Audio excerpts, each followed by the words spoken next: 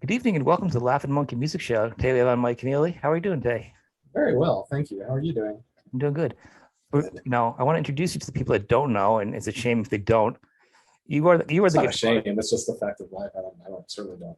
See, you can be modest and cool about it, but this is a music show, and I'm a music geek. Okay. All right. So you are in the trenches with Zappa. I mean, you played, somebody plays with Vi and Satriani and Dweezil and Frank, but you don't have the same reputation, globally. So, but you're the guitarist player, the guitarist guitar player is what you are. Well, thank you. It's interesting. I usually don't. The only reason why I'm like take a moment to process that is because I know most people think of me as a guitar player, and and I don't ascribe a value judgment to this at all. But in my head, I think of myself as just a guy who makes music. And occasionally I'm reminded, oh no, wait, actually most people think of me as a guitarist, and I'm grateful that anybody thinks of me for any reason at all. So You're a brilliant songwriter, and you're a great singer and a great piano keyboardist. I mean, I know you do really all that stuff. appreciate that, and I wanted you to know audience. that I didn't say that to elicit further praise. No. The check you sent me early about compliments, that check will be cashed, and then what's the compliments. So don't you worry. No, you are a very eclectic player, and because you play just about every instrument, and you play in so many different types of bands. It's almost like your genre is like kitchen sink, like it's everything but. I mean, it's like a genre title for you because I'm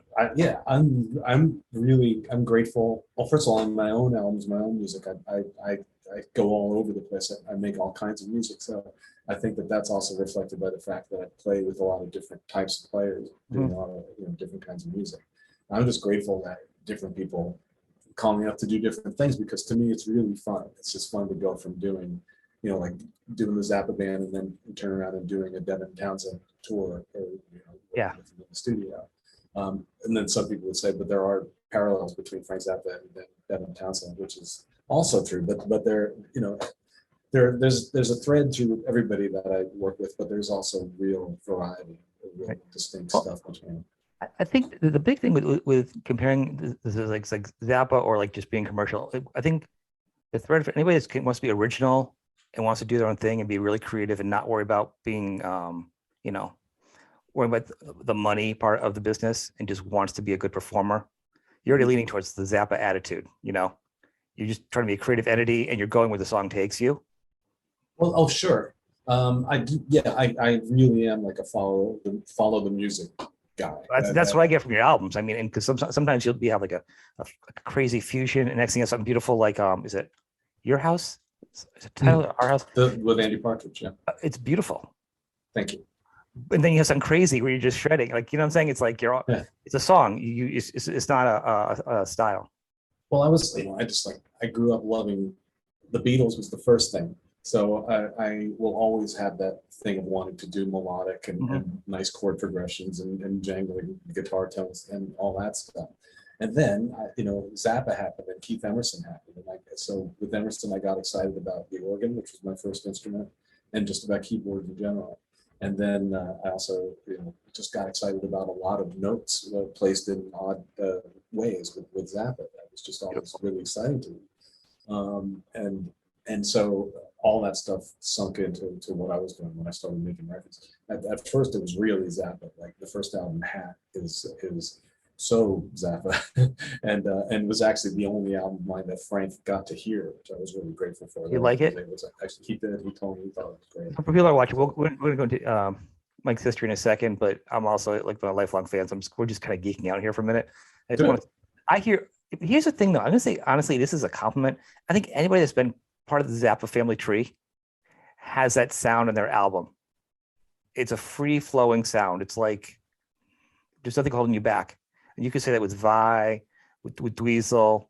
Like every album is different, has different sounds, and there's certain things about the way the chords and the progressions and even the notes and the keys aren't locked in. The timing goes for the song and not just, goes with the song structure, not be. You Yeah, follow what I'm I saying? think of it as a more natural thing. It's like, it's topographical. It's Yeah, following a landscape. And yeah, I think we all share that. And I think there's no doubt that right. Frank is the reason why. It is a theme, but all those albums, all you guys sound different. But you guys sound the Sure. same. If you know Zappa, you guys do have a family lineage there too. It's kind of neat like that. Yeah. Well, but I mean, at first it's like, it's so attractive. You can't help yourself. Like you look at Flexible, which Yeah, was for Steve, kind of what yeah. Hat was for me. It's your first statement and you're still really enthralled by Frank, and it gets all over it. And then the more you do it, the more you make records, the more stuff you find to express that is more just like a pure expression of yourself, and is not so much so heavily influenced by these styles and looking. Frank is just it's really uniquely powerful. Frank's whole thing, his world. It's not just the music. It's like the energy that he creates, the energy that his family creates. Being a part of that world is extremely powerful. And like, I was still in the midst of it when I made the first couple of records. When I made Right. Hat and Boil That Dust Back, I was in Blues and Band, so I was like still steeped in Zappa, and it totally got all over those records. I was jumping now for the people. You joined Zappa's band was one of your first big bands. If you could tell your great story, a few people that haven't heard is, I love it how you got with the Zappa. Oh, sure. So I was it's a great story. 25, which is late 1987, and I had heard on the Zappa hotline, 818 Pumpkin. I don't know how old you are, so I don't know if you were calling the 818 Pumpkin hotline. I just made a joke with Dweezil the other day about that, because I had an album for me with the Pumpkin line. I said, we should call it. he's like, I don't think anyone's going to answer. I'm like, if somebody does, actually, it might be even weirder. Sure, it's just a voice from the past. Yeah. But so I was calling 818 Pumpkin, which was the information hotline at the Zappa office, routinely, at least once a week, and this was 1987. So the last Zappa tour had been in '84, and he swore he was never going to tour again. So Right. One day I called. I guess it was late September or early October of '87, and the outgoing message said that Frank was in rehearsal with a new band, which was huge news. So my first thought was that I would get to see another show. Right. How old were you? I was 25, and I had already seen him. Like, this is '87, so 10 years before, in September of '77, I saw Frank for the first time. I was early in the tour with the Baby Snakes band, the first tour with Adrian and Terry. Well, Terry had done something. It was the tour that Adrian did, and the one that's in Baby Snakes, Shaky Movie Band. So that was the first Zappa band I saw, and I love that show.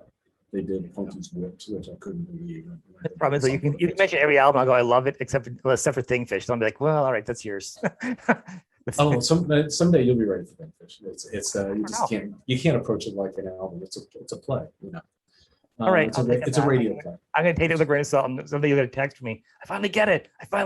Yeah, the thing, the disappointing thing about Thingfish on first listening was how much of it was recycled. But it's once you get used to that, it's like, oh, that's what it is. Then you start to, get some out of it. Honestly, total tangent. No, that's fine. Total tangent. I mean, I think I prefer reading it in Them or Us, the book, to hearing it in some ways. Do you know that book, Them or Us, the book? No, Frank I don't. Man, it's out of print now, but it's a book that Frank wrote in 1984. It was published in 1984, and it ties together many of the narrative works from his career: Thingfish, Joe's Garage, Billy the Mountain, Gregory Peccary, various other things. And it's basically a book length elucidation of the idea of the project object, which is that everything that he created is just one big thing. So this book brings together a bunch of those things, but ties them together with a bunch of stuff that's unique to the book. And it's just funny. It's really, really funny. There's some writing from Frank in this book that is my favorite. There's a thing in there about a pony ride, Billy's pony ride, that goes on for like 20 pages. It's so funny. It's ridiculous. But it's like you read it as a book, and you can do the characters in your head any way you imagine when you read his words. And sometimes I find that the way, this is getting esoteric, the way that Frank writes stuff I want to hear it delivered in a slightly drier, like slightly more emotionless, a little more Nichols and May, Yeah. than the way, the rock musicians that he asked to play the roles on the album. They're not actors, but it's fun. I love hearing Terry and Dale on there. I love hearing the phone. I love hearing all of it. And Ike, of course, is a genius on Finfish. Ike is incredible on Finfish. So if you look at them as like performances, acting performances from people that you love, because I love all those people. And then, any Frank thing is, a lot of people have difficulty relating to synclavier stuff because it's not musicians playing music humanly. But to me, if you're interested in Frank Zappa, you want these like pure expression of his creativity, and in some ways, the synclavier is the purest of all, because it's just what he wants to hear, and in no way limited by what he's able to execute technically, because he can execute anything technically with the synclavier. So what were we talking about? Because I completely We were went off talking into about the new another- Bill Fifth Bow album. No, Yeah, no, we were talking about me getting in the band. yeah. So Um, actually, so were you as eclectic because you were a fan, and to you when you made the call, clearly you had been playing your own Zappa and interpreting it and learning it, and so that had been kind of your style. Really, that he was like It's everything. what I was doing for fun a lot of the time. I was excited about teaching myself that stuff. I didn't have any of it on paper, except for a couple of tantalizing snippets in Uncle Meat. There were little manuscripts of King Kong and Uncle Meat, and in Yeah. the 200 Motels book that there was like you could barely read it My because it's a huge score. tabs were And- horrible back then too. They were never right. Well, except that it was in his own It is okay. hand. Okay. Yeah. So it was in the actual booklets that came with the albums. So I was able to just like squint and study some of his actual writing and begin to understand. Oh, this is mathematically how the melody in Uncle Meat works. And I think that there are some odd groupings in Uncle Meat, but looking at those scores, those little handwritten manuscripts, I saw like odd groupings, fives, sevens, quintuplets, septuplets, 5 notes spaced evenly across one beat, and that was the first time I'd encountered anything like that. So I from those little reproductions in those booklets. So I would teach myself Zappa stuff to challenge myself. I never had guitar lessons. I only had organ lessons. So one of the things that I was doing was listening to the music that I loved and trying to figure out the guitar parts. I was a huge Gentle Giant fan. And when I was 16, I learned all the Gentle Giant guitar parts one summer. I didn't go out and just stay at home and figured all that stuff out. So I would try to learn the Black Page. I would try to learn, the little complicated bits of Zappa music that, was delightful to me for one reason or another. So by the time, I found out, okay, Frank is in rehearsal with a new band, and I quickly just graduated from, boy, I can't wait to see the show, and to, man, this is probably my last shot at getting in the band. So, because I used to dream about playing with Frank. And another aspect of the story is that a couple of years before, in 1985, Frank was at the office taking phone calls from people. They said on 8 Pumpkin, if you call the Zappa office between blah and blah on this day, Frank will be here in the office taking calls. So I was like, I finally got through 2 minutes after the supposed end of the window, but I refused to stop calling. And so finally somebody picked up and they said, okay, Frank will take one more call. So I was the last call that he took. And I wanted to know what Flo and Eddie sang at the end of Strictly Gentile when it goes, I know tonight, I just have to get bent, reamed, and wasted. And I never knew that that's what they were singing, because the way they pronounce it and the way the melody scans there, it's really weird. Bent, reamed, and wasted. Sped is a weird resolution song. So I never knew what that was. Anyway, I got him to answer that question, and then I told him that it was my dream to play with him. And he said, well, I'm never going on the road again, so keep dreaming. That's literally what he said. So 2 years ago, I find that he's in rehearsal with a new band, and I'm like, how dare you tell me that you're never going on the road again, and now you've got a band together. So I called up the office and I said, I don't know if Frank's looking for anybody, but I play guitar, keyboard, and I sing, and I've taught myself a bunch of Frank stuff. I know all of his music. By saying I know all of his music, I just meant that I was familiar with all of it. But I also said that I had taught myself a lot of it. Yeah, and that some people have said to me, "Is it true that you could play every single Frank Zappa song?" And I never presented myself that way. All I said was is that I can play a lot of it. All of it is up here because I've spent so many hours listening to all the records, and I knew I had an ability to, like, if somebody mentioned a song to me, I could like hear it in my head and kind of figure it out. And noodle it out. Yeah. So that's what I thought I could offer from.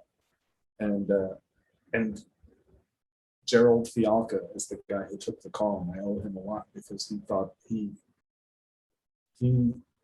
perceived enough sincerity in what I was saying to pass it on to Frank. And then, but the next day or a couple of days later, I got a call, from a woman saying, "Will you hold for Frank Zappa?" And I said, "Yep," and then Frank got on the phone and he said, "I hear you know all of my music." And I said, "Oh, I'm familiar with it all, yeah." And he goes, "You know how many songs that is?" I go, "Yeah, they're all in the next room." And he goes, "And you can play it?" And I was like, "Yeah, I've taught myself to play a bunch of it." And he goes, "I don't believe you." He says, "Get your ass up here and prove it."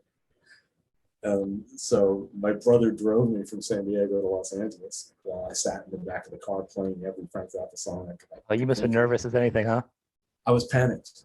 I was literally having, I was shaking and stuff. And my brother pulled off the road and turned around and looked at me and said,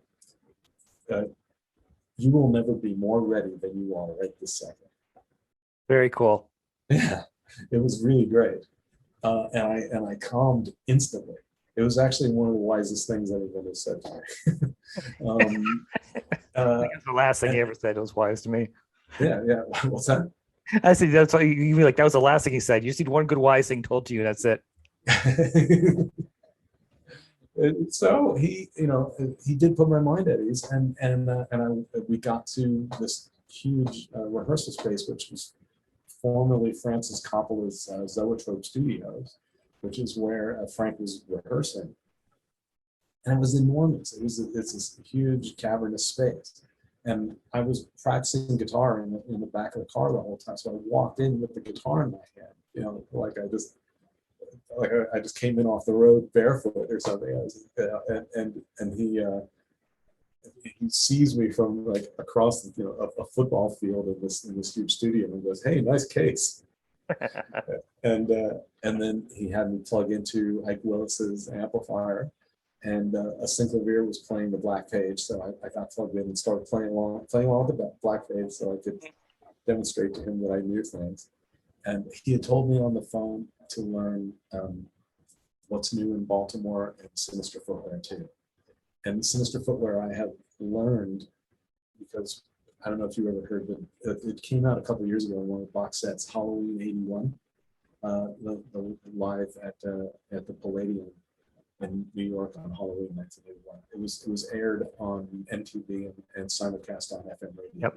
And I recorded it off the radio, and I had this cassette that I would listen to, and a piece that I didn't know yet was called Sinister Footwear. I called it Wild Love Deluxe because one of the phrases is also in Wild Love. There's a bit that goes, which is a cool little thing. And I noticed when it came up in this thing, so on my cassette box, I put Wild Love Deluxe or Wild Love 2. No, not Wild Love. Sorry. It is Wild Love. I might have just called it Wild Love 2. Anyway, I had taught myself Sinister Footwear too, even though I didn't know that's what I was doing because I didn't know what it was called. But What's New in Baltimore, I had never played. So he told me on the phone to learn it. I learned it that night as best I could. And then the next day I drove it to LA. And I played those 2 songs for him. And then he just started naming songs to test whether I really could play anything he could name. And if I didn't know it right away, I'd say, "Give me a minute." And I'd just like step back a little bit and listen to it in my head and figure it out. So he was starting to get an idea right away of how he could use this resource. Yes, because you were a tool. That's musician. All musicians were paintbrushes for him. So and it turned into a thing that he actually was able to use, like in rehearsals on the road. One day it was, hey, I would really like to play Who Needs the Peace Corps. I haven't played that since like 1969. And then he would turn around and just look at me and wait for me to start playing the song. And then we would piece together an arrangement for the 12-piece band from my recollection of the song. And from that, we would be able to build a foreign part and all that stuff. So he called me Evelyn Wood, which was like this reading comprehension, speed reading thing. Yeah. But speaking about reading, my reading itself was poor. I was never trained as a music reader. Apart from I was in my organ lessons, but I was really just playing pop standards from the 40s, which has a lot of intricate voicing and stuff. And I think a lot of my taste for dense chord voicings comes from the 40s standards that I grew up. But I never really had to play technically very challenging things, and certainly not odd groupings, like figuring out how to execute a quintuplet and stuff like that.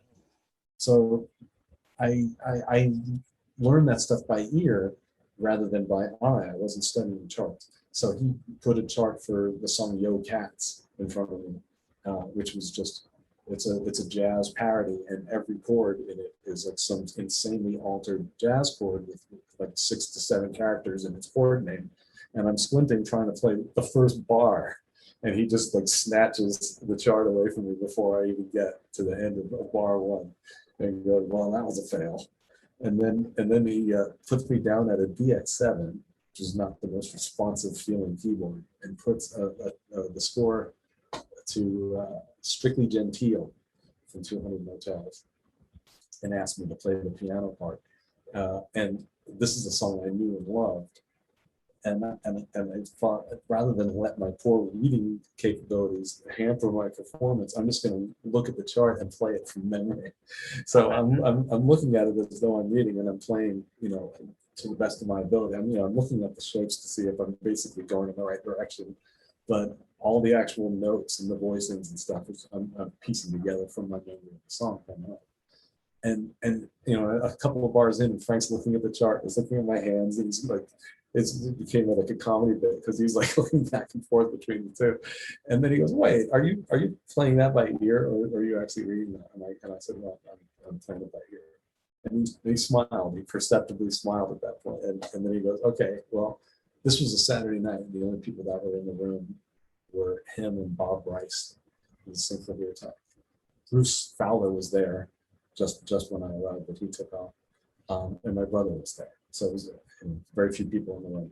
And at the end of it, Frank shook my hand and said, all right, come back on Monday so the rest of the band can witness your particular splendor. Awesome. I thought that was very sweet of him to say. That's really good, and that's quite a compliment. So when I heard the story, so what was the energy with Frank? I imagine he wasn't like pressure. I imagine because he's focused. I don't think, I'm saying, the interpretation of Frank I always get like he's just very focused, and it's about the music, whereas people always misinterpret like he's just his views of things. Where I think he's just music focused, not. Oh, primarily, I think. Well, I'd say that he was. Music gets the edge, but he was almost as. Not in a hedonistic way necessarily, but he was, very focused on the importance of people having a good time, Right? And I think, and in rehearsals when the band was at its best, the reason why it was going so well is because everybody was enjoying themselves so much, and because it really is fun putting that music together. And at his best, he was a phenomenal band leader. Now, he didn't realize at that point how sick he was. He already had cancer at the point that we were doing that tour, but it hadn't been diagnosed yet. So that was sapping his strength. And then there were personal issues in the band that were chipping away at the integrity of the edifice. And by the end of the European tour, things had gotten dark, and Frank canceled the additional dates, which was sad. But that band at its best, which might have been when we were in Los Angeles for 4 months rehearsing for the tour, we definitely hit some peaks. But we did some good stuff in the shows too. And there's some great stuff on the albums from that tour. But you know, it did end prematurely, unfortunately. But he was equally focused on the music being absolutely as good as it could possibly be, and in trying to have something resembling a good time at the same time.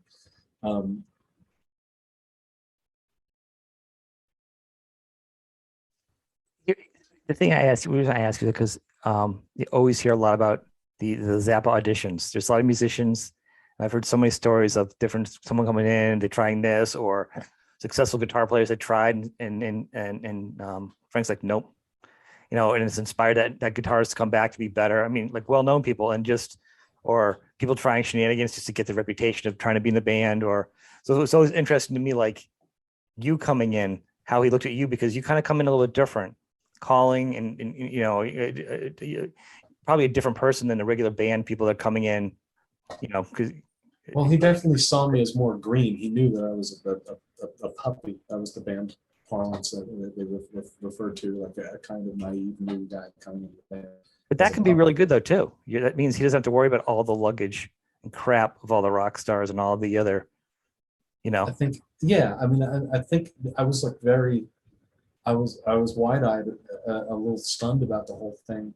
I was very eager to please him, and of course, that was good for him and his ability to get things done, because he knew that I wasn't bringing a bunch of issues that was going to get in the way of me really trying to make him happy. I wanted to make him happy all the time, and that served his interests, because all he cared about was getting good. Not all he cared about, but he wanted to get good performances of the music.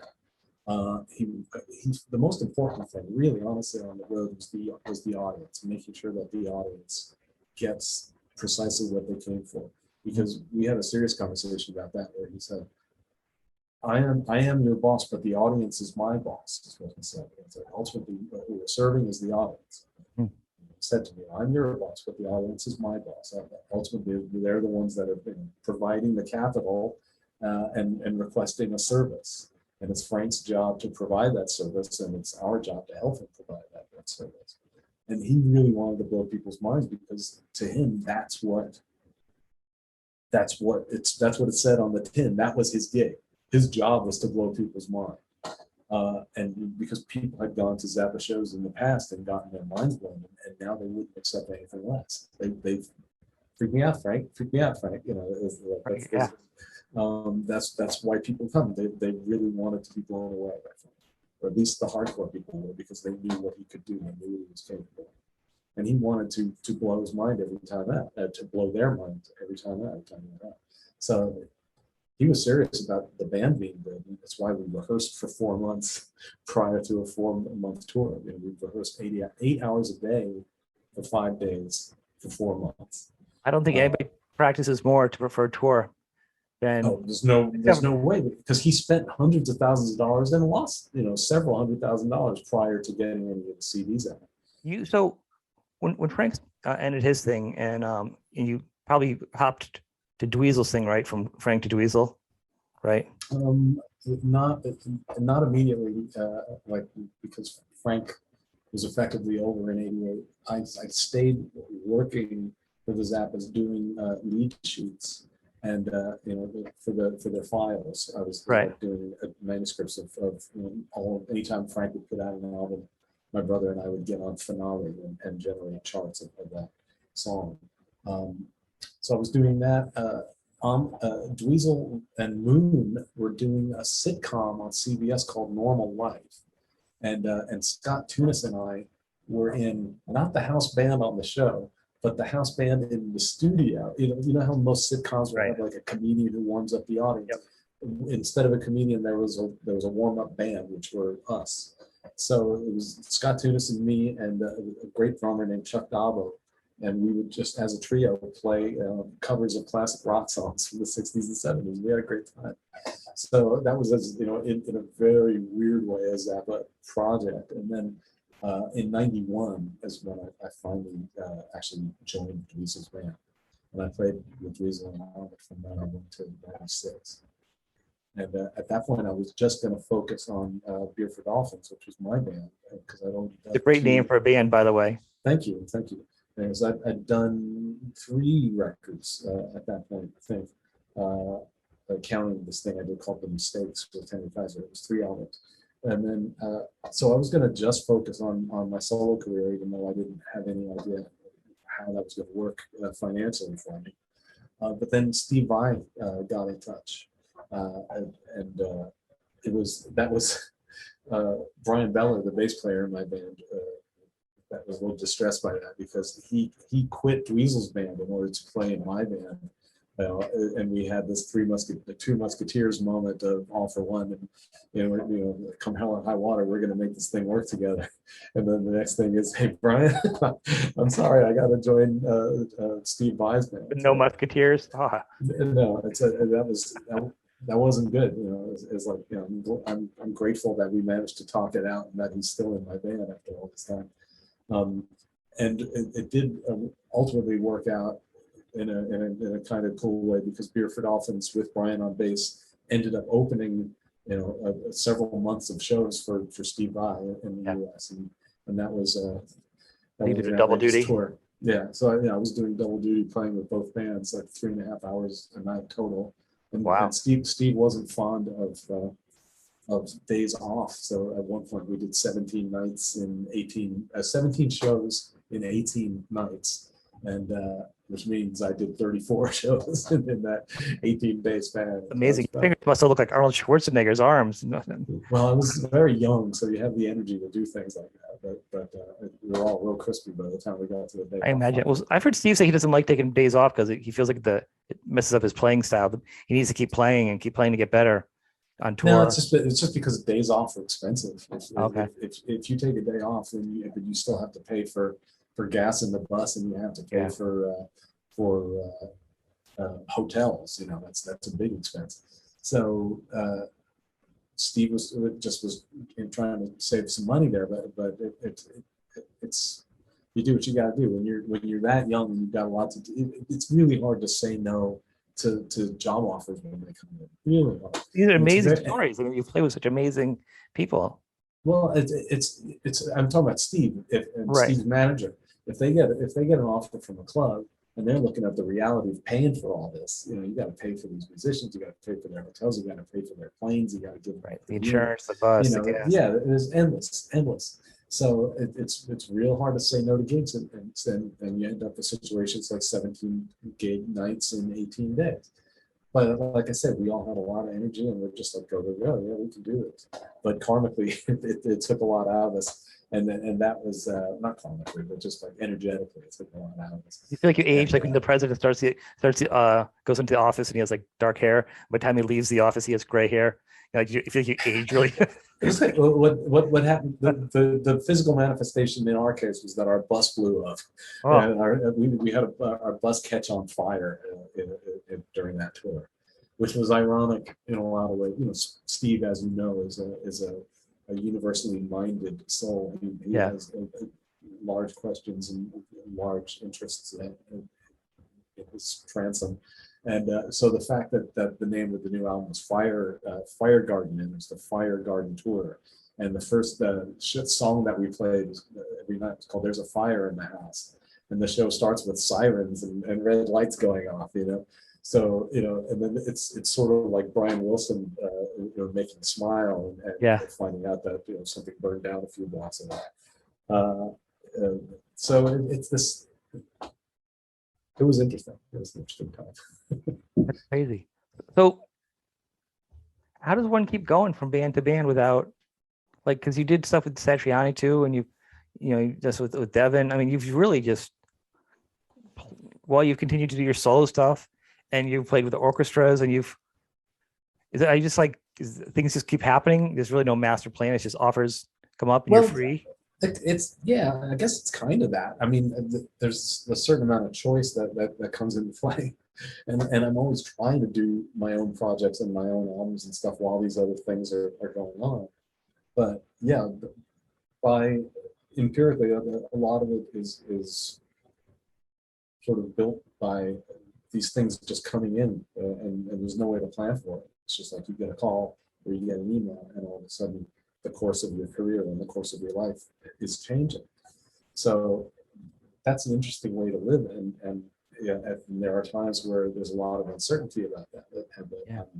Right now I'm grateful that the issue is finding energy to keep up with it all, because there's a lot of stuff. I'm like, simultaneously with all this, I'm working on trying to compose this thing for a Todd Rundgren project. We're putatively collaborating on something, but the first part of the collaboration involves me completing the composition of 17 pieces, which he's then going to take delivery of and mutate and manipulate and add things to. And then ultimately that will become the score for a large-scale theatrical presentation. This is being Be awesome. this is being No sort of, pressure, but it's yeah, awesome. well, it's part of the brain trust of the thing is this gentleman Cody Kloot, who works for in Dutch radio. Okay. And many years ago, coming up on 20 years ago, he commissioned me to write The Universe Will Provide, which is the full scale orchestral thing that I did. And Co is responsible for that, and he's also a part of what's happening with this Todd Rundgren project. And I love Todd. I love Todd. I still love so much of that movie. So I'm eager to carve out time in my life to like do these 17 pieces. But it's like, in some ways, because of the realities of the pandemic, I had to change my focus to doing things out in the world to doing things here at home. So I was able to put together a studio rig, and GoFundMe actually helped me out with that. It's like I'm eternally grateful to literal angels in my life who allowed things to happen. And Patreon, if there's a thing, you asked me exactly what I need to plug. I've been having so much fun at Patreon. Go for it. All right. So what's new? What am I doing? In April, I'm going to be out on the road with this band that I just joined called ProgJect. Prog, short for progressive rock. ProgJect. And this is the Jonathan Mover, who was the drummer with Joe Satriani for quite a while in the late 80s, early 90s, and is the editor of Drumhead magazine. And he's just like been very, he's played with a bunch of people. He played with Steve Howe and Steve Hackett in the band GTR. And he's just this huge prog head. And he got together with Ryo Okamoto, who's the keyboardist from a band called Spock's Beard. And he's a real character. He has stacks of keyboards, and he's a performer and a character. And so the two of them started like plotting a couple of years ago about getting a bunch of reasonably well-known musicians to play classic prog songs from the 70s primarily. And so talking King Crimson and Yes and Genesis and John Giant and ELP and Just for Talk, that sort of thing. And they were talking about me on guitar. The vocalist is Michael Sava, who sings with a band called Saga. And I remember Saga from they had a song called On the Loose that was very, very popular. See the video on and he's the singer in this thing. The bassist is named Matt Dorsey. He played in a band called Sound of Contact with Phil Collins' son. So that it's a conglomerate of musicians from different bands and areas, but just this real hardcore love of progressive rock at the core of it. And they were thinking that I wouldn't be available, but finally Jonathan in December asked me, and I looked and I was available. It's like, right now April is clear. Let's do this. So. And then he said, well, we'd like to do more. Like, Jonathan has real, ongoing ambitions for this project. And we're receiving some nice interest, and we've been rehearsing a lot, and the band is really, really good. So I have a feeling that the shows are going to go well, hopefully be well attended and well received, and we'll have the opportunity to continue doing more. So my life is going to become a dance of trying to make room for ProgJect stuff and Zappa band stuff, possibly even encouraging double bills so that I can do both and keep everybody happy. But also I want to put out a record. I've just finished a record, and we're still like discussing timing and strategies for that. And I'm working on the next record beyond that. So and this run with that. So there's always something going on. In addition, Jack O'Jackship, he's the singer in King Crimson now.